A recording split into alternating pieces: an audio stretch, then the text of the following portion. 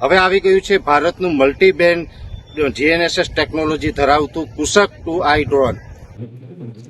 નમસ્કાર મિત્રો, વેધર ઇન્ફોર્મેશનમાં આપનું સ્વાગત છે અને હું છું પરેશ। ખાસ કરીને નૈઋત્યનું ચોમાસું હવે આપણે આગળ વધ્યું છે અને જે હવે કેટલા દિવસ સુધી કેટલા વિસ્તારની અંદર વરસાદની શક્યતાઓ છે તે તમામ પ્રકારની વાત કરવાની છે। સૌ પ્રથમ તો આપને એ જણાવી દઉં કે ઘણા દિવસથી ચોમાસું છે ગુજરાતમાં પ્રવેશી ગયું હતું, પણ ચોમાસું નિષ્ક્રિય થઈ ગયું હતું। એટલે કે 24 જૂન 2026ના રોજ ચોમાસું છે એ દક્ષિણ ગુજરાતની અંદર અને ખાસ કરીને સુરત સુધી પહોંચી ગયું હતું, પછી ત્યાં રોકાઈ ગયું હતું, આગળ નહોતું વધી રહ્યું। એ ચોમાસાએ આજે 1 જૂનથી આગળ વધવાનું ચાલુ કરી દીધું છે। એટલે પહેલી વાત તો એ છે કે આપણે ઘણા સમયથી કહેતા હતા કે 28 જૂનથી લઈ અને 3 જુલાઈ વચ્ચે ગુજરાતની અંદર વરસાદનો સારો એવો રાઉન્ડ આવી શકે છે અને એમાં પણ સૌરાષ્ટ્ર, મધ્ય ગુજરાતના ઘણા બધા વિસ્તારો અને દક્ષિણ ગુજરાતના તમામ વિસ્તારનો સમાવેશ થાય। ઉત્તર ગુજરાતના પણ કોઈ ભાગોની અંદર લાભ મળશે। એ જ રીતે અત્યારે ચોમાસું આગળ વધ્યું છે। હવે આજે જે ચોમાસું આગળ વધ્યું છે એટલે દક્ષિણ ગુજરાતથી આગળ વધતાની સાથે સૌરાષ્ટ્ર અને મધ્ય ગુજરાતના અનેક વિસ્તારોને કવર કરી લીધા છે। અત્યારે આજે જે આઈએમડીનું જે અપડેટ આવ્યું છે એ મુજબ જોવા જઈએ તો નૈઋત્યનું ચોમાસું આગળ વધીને પોરબંદર, જુનાગઢ સાથે રાજકોટના ઘણા બધા વિસ્તારો, બોટાદ, ભાવનગર અને એ સાથે ભાલ વિસ્તાર છે એના અમુક વિસ્તારોને કવર કરી વડોદરા જિલ્લો અને છોટાઉદેપુર સુધીનો જે વિસ્તાર છે એ તમામ વિસ્તારને કવર કરી લીધા છે। એટલે દક્ષિણ ગુજરાતના સંપૂર્ણ તમામ વિસ્તારની અંદર ચોમાસું બેસી ગયું છે। મધ્ય ગુજરાતના વડોદરા હોય અથવા તો ભાલના અમુક વિસ્તારો અને સાથે સાથે છોટાઉદેપુર સુધીના જે વિસ્તારો છે એ વિસ્તારોને કવર કરી લીધા। સૌરાષ્ટ્રની અંદર પણ મેં આપને જણાવ્યું એમ કે પોરબંદર, જુનાગઢ, રાજકોટના અમુક વિસ્તારો હોય, બોટાદ, ભાવનગર, અમરેલી, ગીર સોમનાથ આ તમામ વિસ્તારમાં ચોમાસું બેસી ગયું છે અને આજે બેસતાની સાથે જ સૌરાષ્ટ્રના પણ અનેક વિસ્તારની અંદર આજે વાવણી લાયક 3 થી 4 ઇંચ સુધીનો વરસાદ ઘણા બધા તાલુકાઓમાં નોંધાઈ ચૂક્યો છે। એટલે સૌરાષ્ટ્રના એટલું કહી શકાય કે મેં જેટલા જિલ્લાના નામ આપ્યા છે એટલા જિલ્લાની અંદર લગભગ 65 થી 70% તાલુકાની અંદર વરસાદ વરસ્યો છે અને વાવણી લાયક વરસાદ છે। એ સાથે છોટાઉદેપુરથી લઈને વડોદરાથી દક્ષિણ ગુજરાતના પણ તમામ વિસ્તારની અંદર સારો એવો વરસાદ વરસ્યો છે।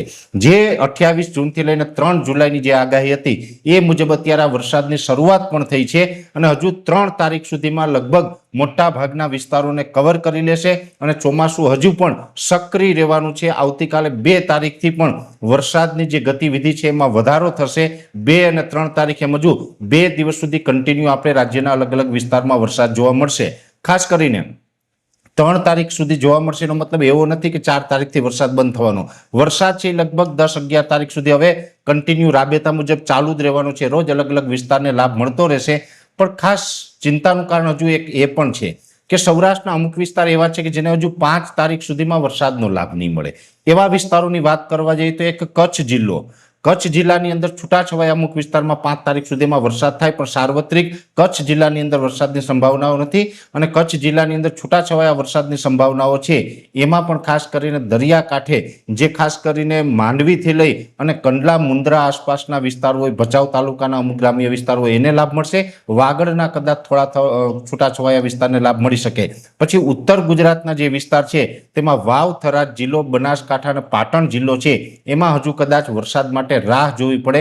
ત્યાં કદાચ 5 જુલાઈ સુધીમાં કમસે કમ વરસાદની શક્યતા હાલ દેખાતી નથી। જોકે મેં આપને જિલ્લા જણાવ્યા ગુજરાતના, એમાં કચ્છ જિલ્લો, વાવ, થરાદ, બનાસકાંઠા, પાટણ આ જિલ્લાની અંદર જે વરસાદની શક્યતાઓ નથી પણ છૂટાછવાયા કોઈ ગ્રામ્ય પંથકોમાં લાભ મળશે પણ સાર્વત્રિક ત્યાં વરસાદની 5 તારીખ સુધી શક્યતાઓ નથી। એ પછી લાભ મળી શકે છે અને અત્યારે હજુ પણ જે દ્વારકા, જામનગર કે મોરબી, સુરેન્દ્રનગર જેવા વિસ્તારો બાકાત હોય એને પણ લગભગ 3, 4 અથવા તો 5 તારીખ સુધીમાં સારા વરસાદનો લાભ મળી જશે। ઉત્તર ગુજરાતની અંદર પણ અરવલ્લીથી લઈને અને સાથે મધ્યપ્રદેશ બોર્ડરે છોટાઉદેપુર, દાહોદ, ગોધરા, મહીસાગર આ તમામ જિલ્લાની અંદર આવનારા 2 થી 3 દિવસની અંદર સારા વરસાદની સંભાવનાઓ છે। અમદાવાદ, ગાંધીનગર, વિરમગામ, સાણંદ, આણંદ, નડિયાદ, ખેડા, વડોદરા તમામ વિસ્તારની અંદર પણ મધ્યમથી સારા વરસાદની શક્યતાઓ છે। એટલે મેં તમને 3-4 જિલ્લાના જે નામ જણાવ્યા ઉત્તર ગુજરાત અને કચ્છ એની અંદર હજુ કદાચ વરસાદ માટે રાહ જોવી પડે। બાકીના ગુજરાતના તમામ વિસ્તારની અંદર 2 થી 3 દિવસની અંદર સારા વરસાદ છે એ પડી શકે છે। 5 તારીખ સુધી અલગ અલગ વિસ્તારમાં જે સારા વરસાદ પડશે। જો કે 5 તારીખ પછી 5 થી 10 તારીખમાં તો અમુક વિસ્તારમાં ભારેથી અતિ ભારે વરસાદની પણ સંભાવનાઓ છે। પણ ચિંતા આપણે દૂર થાય એવા સમાચાર આજે પ્રાપ્ત થયા છે। જે ચોમાસું રોકાયું હતું અને ઘણા બધા મિત્રો એવું કહેતા હતા કે પરેશભાઈ કદાચ આ તમે 3 તારીખનું કહો પણ 3 તારીખ સુધીમાં શક્યતા નથી પણ એ ચિંતા હવે આપણે દૂર થઈ છે. આજે 1 તારીખથી ચોમાસાએ આગળ વધવાનું ચાલુ પણ કરી દીધું છે અને અત્યારે વ્યવસ્થિત રીતે હવામાન છે આપણા માટે ફેવરેબલ છે અને હજુ પણ આવનારા 2 દિવસ સુધી મેં આપણે જણાવ્યું 2 અને 3 તારીખ એમ 2 દિવસ સુધીમાં અનેક વિસ્તારને કવર કરી લેશે. આજે જેવી રીતે ચોમાસું આગળ ચાલ્યું છે એમ આવતીકાલે પણ ચોમાસું આગળ વધવાની સંભાવનાઓ છે. એટલે હજુ આવતીકાલે અને પરમ દિવસ 2 દિવસ સુધી તો સતત આગળ જ ચાલવાનું છે ચોમાસું, એટલે ચિંતાનું કારણ નથી.